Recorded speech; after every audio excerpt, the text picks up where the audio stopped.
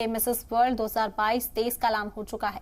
America में मुनक़िद Mrs world 2022-23 में भारत की सरगम कौशल ने खिताब जीतकर तारीख रकम कर दी।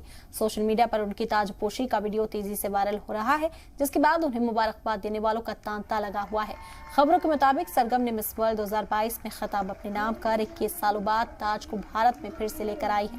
आपको बता दें कि सरगम कौशल जम्मू कश्मीर की रहने वाली है। सरगम मॉडल होने के साथ साथ एक टीचर भी हैं।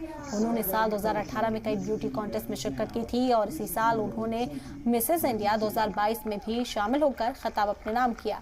अब उन्होंने मिसेस इंडिया के तौर पर मिसेस वर्ल्ड 2022 में शिरकत कर क्राउन अपने नाम किया।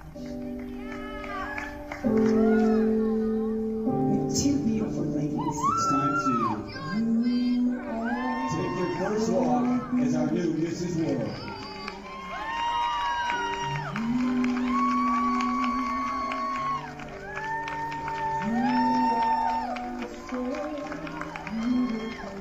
Thank you for standing.